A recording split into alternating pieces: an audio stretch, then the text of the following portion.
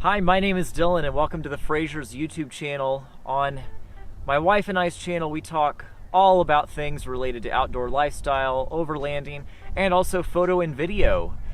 And the last time I stood outside with a snowy mountain backdrop, talked about our 2007 Toyota Sequoia while wearing my red Eddie Bauer jacket.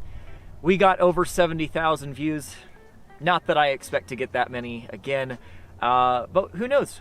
Today we're going to be talking about the 3 reasons why we chose our Sequoia over a 100 series Land Cruiser or also an LX 470.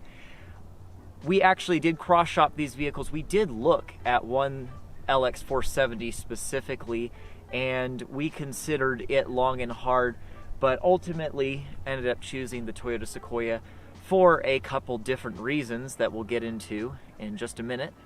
First of all, I do want to mention that I am by no means saying that a Sequoia is better than a Land Cruiser in every single regard. That certainly is not true at all.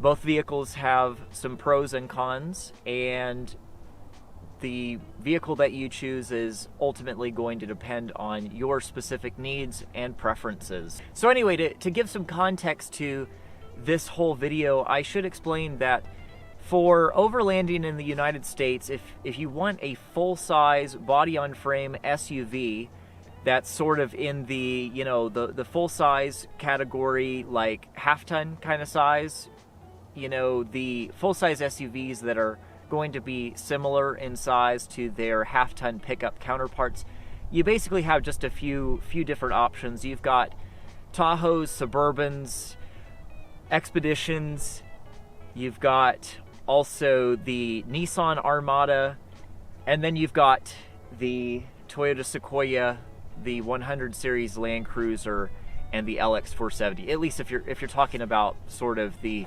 2000s era. And then specifically, if you want an SUV that fulfills those requirements and is also the most capable off-road and are really, really well suited for overlanding, generally you're going to be left with the Land Cruiser and the Sequoia. That's not to say that you can't go off-road with the other vehicles. They're also capable, but in my opinion, they don't quite stack up to the offerings from Toyota, both in terms of reliability and then in terms of off-road capability. There really is something special about Toyotas and Lexuses when it comes to long-distance travel. But once again, I don't want to offend anybody who likes any of those other vehicles. They certainly have very good marks for them as well. So once you're left with the 100 series Land Cruiser and the Sequoia, there ended up being 3 reasons for us specifically why we chose the Sequoia over top of the Land Cruiser. The first of which being that the Sequoia is an American product specifically. Now, to some people that might not be an advantage. If you know your 100 series Land Cruisers, you'll know that they are built in Japan. They're built in basically Toyota's most prestigious of manufacturing plants. They're built to easily the highest level of quality of not just any Toyota product, but basically any consumer grade vehicle that you can possibly buy. They are built to the highest standard. However, with that comes some added expense when it comes to maintaining them. Yes, Land Cruisers are built to a higher degree of excellence, but that also means that purchasing parts is a little more difficult and it's going to be a little bit more expensive. This really doesn't come so much from my personal experience, given that I've never owned a Land Cruiser. However, if you check out some other YouTube channels, if you dig through some forums, you're going to generally find from other people's experience that Land Cruisers, they just cost a little bit more to maintain. And in the United States, the Sequoia is quite different in that it shares a lot of its components with the Tundra, and they were manufactured originally in Indiana. Now I believe they're made in Texas. Their parts are readily available anywhere you go, and they're generally really, really inexpensive. Compared to my Chevy Blazer that I used to own, I can personally vouch for the Sequoia and say that the parts that I purchased for it are generally about the same price that I paid for a GM vehicle. All right, now the next reason why we chose the Sequoia over the 100 series Land Cruiser is actually going to be the size. Now, they are both full-size SUVs. However, the Sequoia goes a little bit further in size. To some people, this could be a disadvantage, but to my wife and I, we really, really liked the additional size that comes with the Sequoia, given that the United States is really, really well suited for large vehicles. Specifically, half-ton pickups are kind of king here in the United States. Like, I can't imagine any parking lot that you'd go to that you couldn't squeeze like an F-150 into, so you can easily fit a Toyota Sequoia as well. And with that comes the added benefit of having the additional space for gear.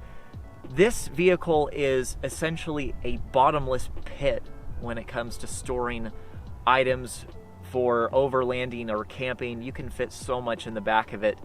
And the Land Cruiser, don't get me wrong, it's still a very spacious vehicle, but the Sequoia just goes that much further. And in my opinion, with that added space, you really don't compromise much in terms of the maneuverability of the vehicle day to day, or also the ability to maneuver the vehicle on tight trails. Yes, the Land Cruiser is probably going to be a little bit better of a choice for the tightest of trails, but it's really, you're going to be really splitting hairs between it and the Sequoia.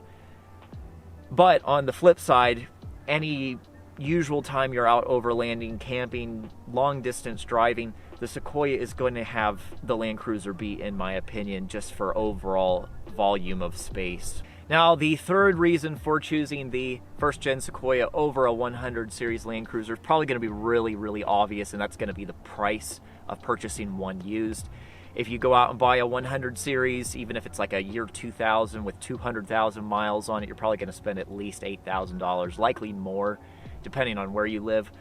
Whereas a first-gen Sequoia, although they've gone up a lot in price on the used market recently, they can still be had for much, much less than a 100 series Land Cruiser.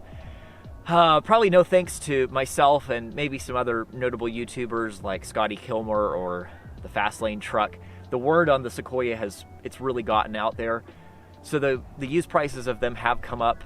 I once recommended it as a vehicle under $5,000 for overlanding, but it's getting harder and harder to find one at that kind of price. But still, you're talking way less money than the 100 series Land Cruiser, while yet you're still essentially getting basically all of the same essential components in a vehicle. You get a full-size body-on-frame SUV built by Toyota. You get a reliable vehicle with a solid rear axle that's great for off-roading. It comes with Toyota's excellent low-speed traction control system, A-Track, the same 4.7-liter iForce 2UZ FE V8 engine. You get the excellent 5-speed automatic transmission in the later years, the also excellent 4-speed in the earlier ones. You get a lot of the same things offered in the 100 series. You get them also in the first-gen Sequoia at a much, much lower price. Yes, the Sequoia is not going to nearly be quite as cool as a 100 series Land Cruiser. It doesn't quite carry that heritage. But let's be real. Most of us, we're just looking for a really good, reliable vehicle to go out on trips on the weekends, maybe take an occasional week-long trip here and there. Something that's going to be really good to drive day to day.